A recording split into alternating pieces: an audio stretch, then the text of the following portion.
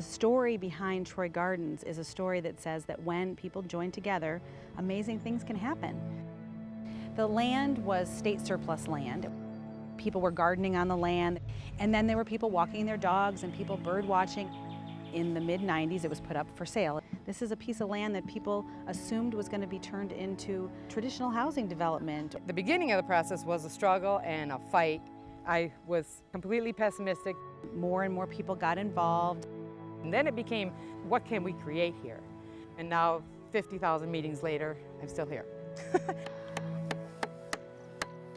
The community got together and figured out what it is that they wanted from this land. What were the pieces that were most important, and they planned it out as one unified idea. It had to be a strong enough idea to make it worth saving.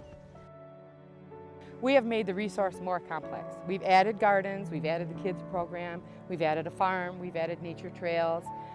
It's absolutely brilliant. Community Groundworks was born out of Troy Gardens. We were started as a nonprofit organization that could make sure that the land was well cared for and that there was programming happening.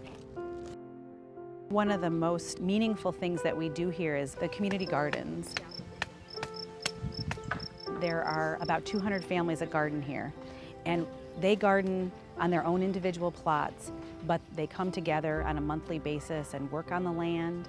They have celebrations every year.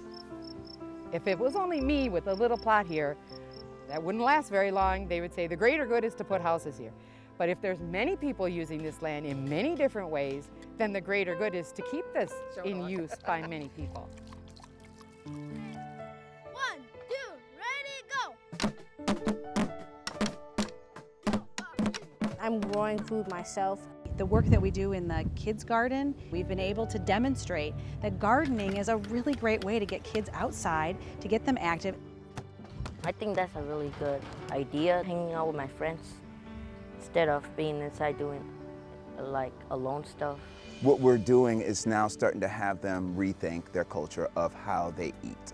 All the stuff that they're putting in foods I don't think is right, so people should know how to grow their own food. I feel really good, you know, like really awesome, really active. Like I want to eat some more.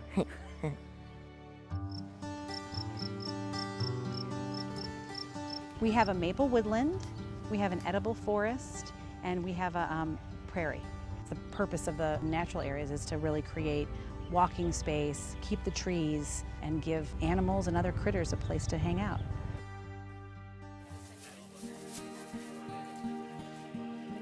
With the farm, we're trying to demonstrate small-scale urban agriculture, that we can use land in the city to grow food.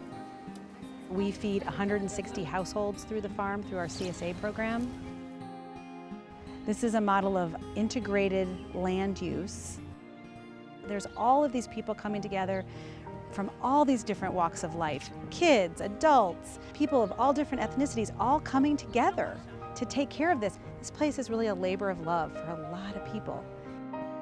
If you live a life in denial that you are connected with the world, then all sorts of problems spring from that. There's more than just on the computer screens all day and TV. It's like there's more to the world than that. I want them to learn to love themselves. I think that through this, you can look at yourself in the mirror at the end of a day like we have today and go, like, I see myself as being more. Once you get kids out here and they start, boom, it's natural. They just go. I just feel like I have hope then. Well, I think it helps us build a stronger community. It's all possible. We can take land, we can use it in a smart way, we can use it to nourish people. It gives meaning and beauty to your life. I want our organization to be able to make more things like this. If you had one of these in every neighborhood, I think you'd have a way better world. You'd have peace and prosperity. I think as long as people are eating food and we have a viable planet to stand on and air to breathe, I think it's going to be here.